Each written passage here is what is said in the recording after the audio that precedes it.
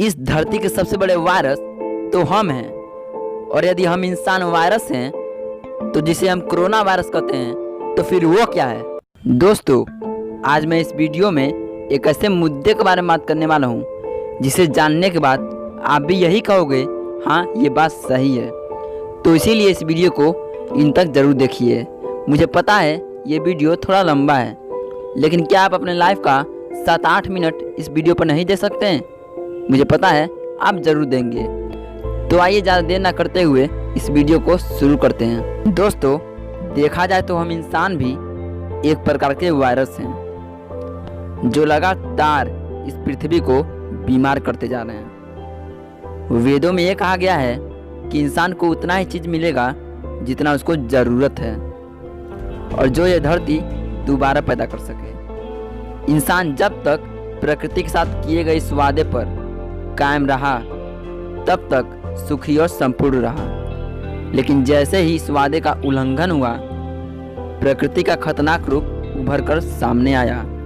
जैसे धरती के अलग अलग भाग पर ज्वालामुखी फटने के रूप में, तो कहीं सुनामी, तो कहीं भूकंप, तो कहीं ऐसे किसी कोरोना वायरस जैसे खतरनाक प्रलय ने अपना रूप दिखाया। और यहाँ तक कई जगहों पर लोग एक एक बूंद पानी के लिए तरसने लगे। प्रकृति के साथ खिलवाड़ करना इंसानों के लिए बहुत बड़ा नुकसानदायक साबित हुआ।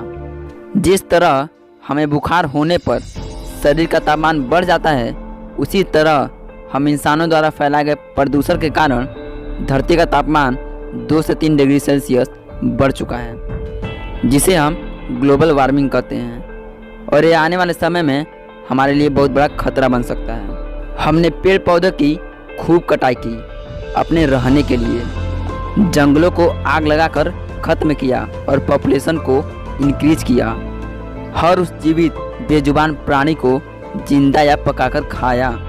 बड़े बड़े मशीनों का निर्माण किया, ऊंचे ऊंचे बिल्डिंग खड़ी की, हवा, जल, धरती व आसमान सभी को प्रदूषित किया।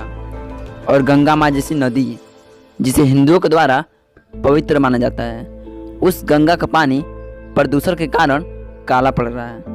पहले हम कुछ जानवरों को परेशान करते थे और अब हम उनका सांस लेना भी मुश्किल कर दिया है।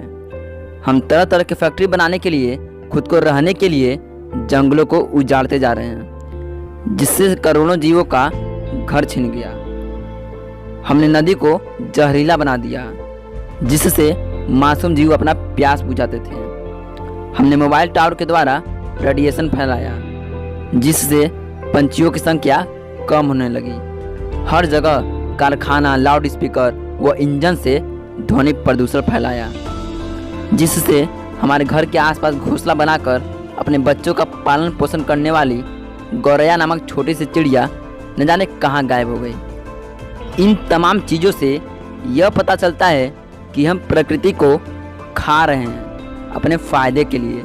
इन बेकसूर जानवरों को खा रहे हैं अपने फ़ायदे के लिए। धरती को लूट रहे हैं अपने जेब को भरने के लिए। इस धरती के सबसे बड़े वायरस तो हम हैं। और यदि हम इंसान वायरस हैं तो जिसे हम कोरोना वायरस कहते हैं तो फिर वो क्या है।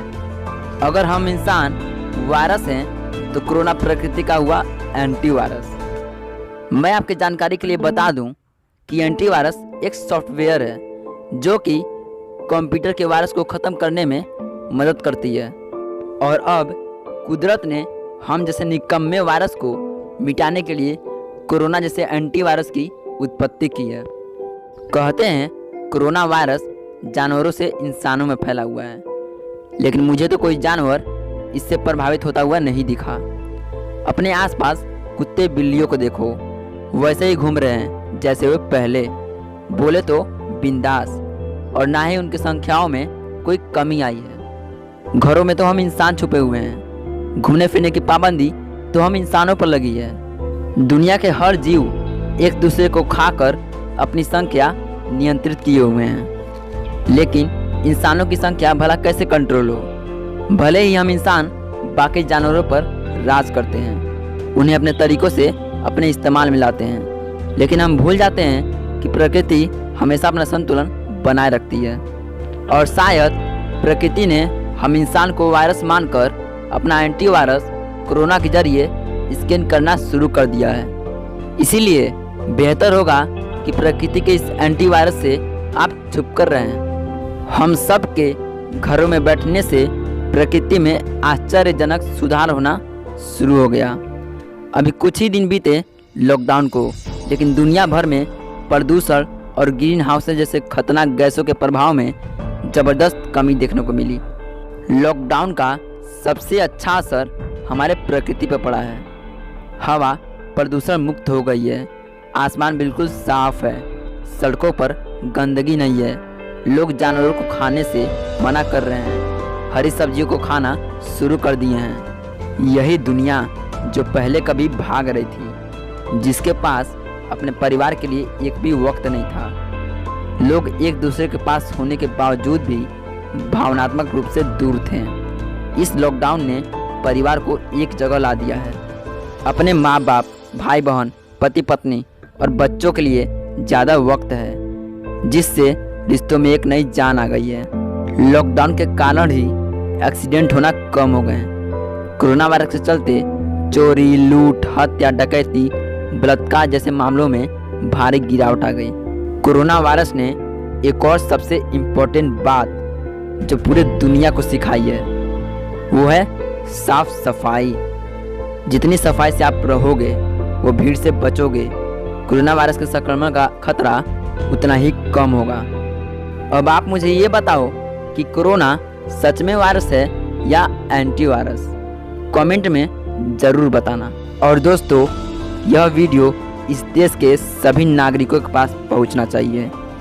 So please I request you that इस वीडियो को फैला दो, जहां हो सके वहां, व्हाट्सएप, फेसबुक, एवरीवेयर।